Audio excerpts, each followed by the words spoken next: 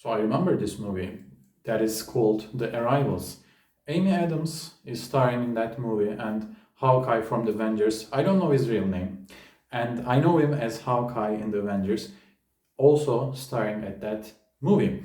I think that's an amazing movie because Hans Zimmer did play songs and made music for that movie, which made it a lot of cooler. And the movie's psychology is simply amazing. It all comes to this: when you start learning a new language and when you speak that language as if you're a native speaker, you start to perceive life as the way that native language speakers.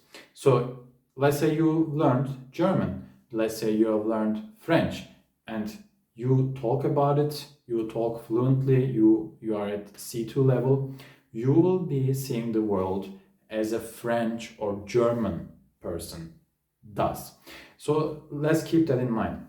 The main character, Amy Adams, is a famous linguistic professor and one of a kind. I think she is the best in the world for that movie. So when the aliens come, people cannot understand them.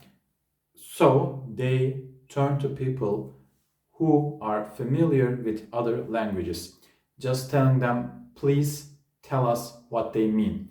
Are they brutal? Are they friendly? Or are they our enemy? Be careful on that. So she goes, she investigates with Hawkeye, and when she investigates, she starts learning about their languages. Aliens teach them.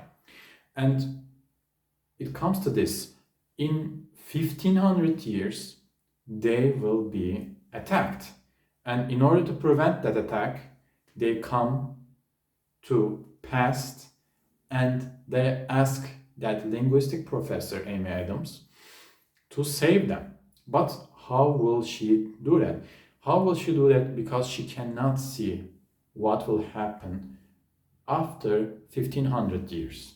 It's a very, very complicated thing. So, the movie says we perceive time as if it is linear, but Einstein says the time is actually cyclical. What is a circle? It is this. And if we are at the center of the circle, and if the center of the circle is present, if we go left, we'll go to past. If we go right, we'll go to future. So why this is important? Because that aliens do understand and perceive time as if time is cyclical, not linear. So it's actually brain wrecking. It's actually brain wrecking, and it is very hard to understand, but if you understand it, if you think about it, it's amazing. So Amy Adams learns that language, and in a way, as if she's a native that language speaker, so she starts perceiving time as the aliens does, in a cyclical way. And there is a one phone call which is very important in that movie, that Chinese leader will start attacking to the aliens, and that might start a world war. Aliens might attack our world and completely destroy it. But she foresees the future. She foresees the 18 months after to that day, and she make this talk. She's basically saying there are only widows at a war. There are no winners. There are only widows. And that is a sentence which the Chinese general's wife uses. So it has a huge impact on the guy, on the Chinese general, and he immediately cancels the attack, and therefore they are saved.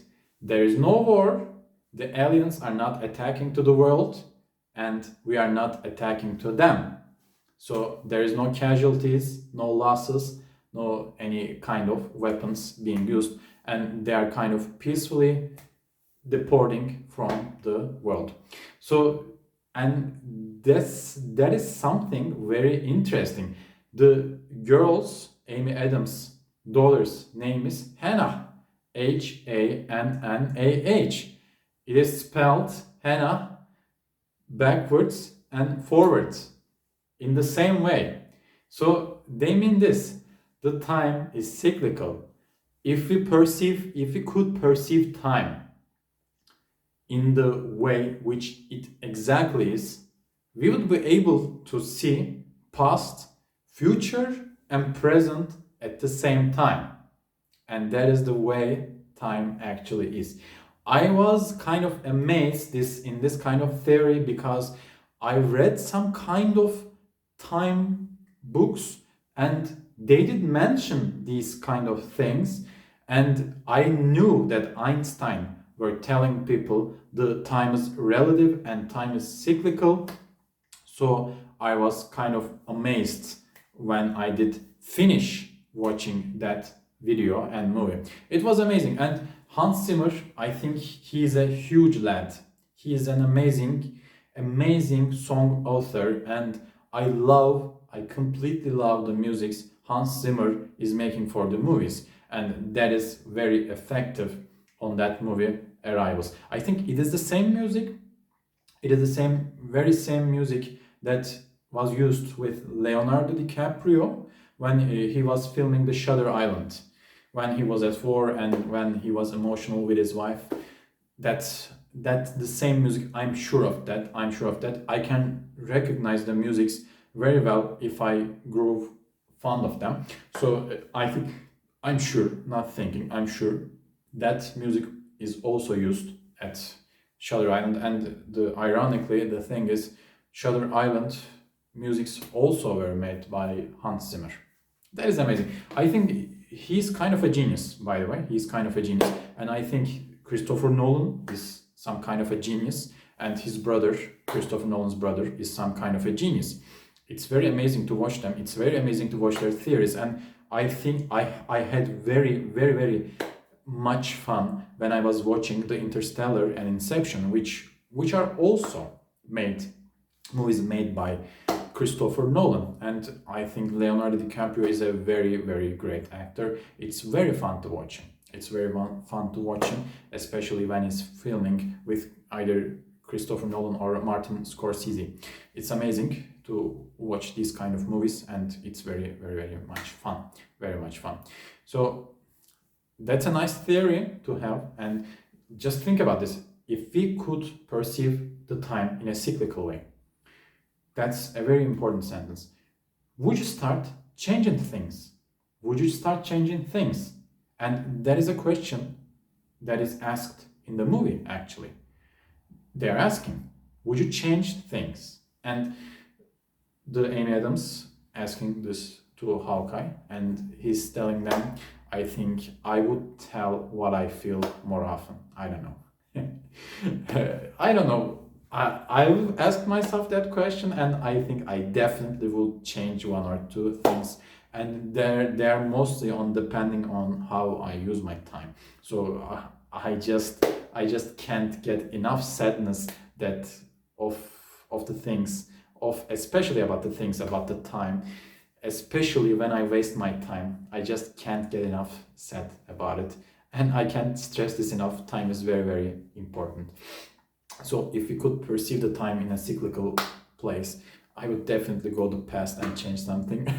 I would go definitely buy some Apple stocks, and if I could see a future, I definitely will be preventing anything that could harm me in the future, and definitely prepare for the future because it's very important. And I think we ignore the present a lot, and we focus on either past or future too much, but we ignore the present. And I think it's very important to be enjoying life in the present, because these moments will never be given to you again.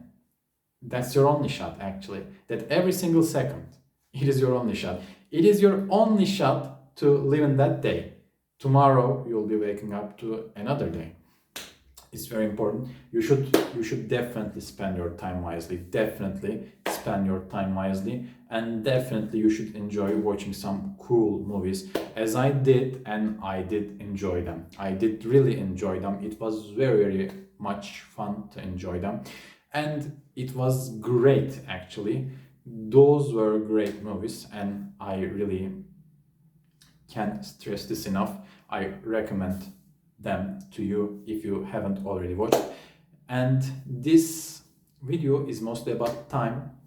I love talking about time, and I'll see you in the next video. Goodbye.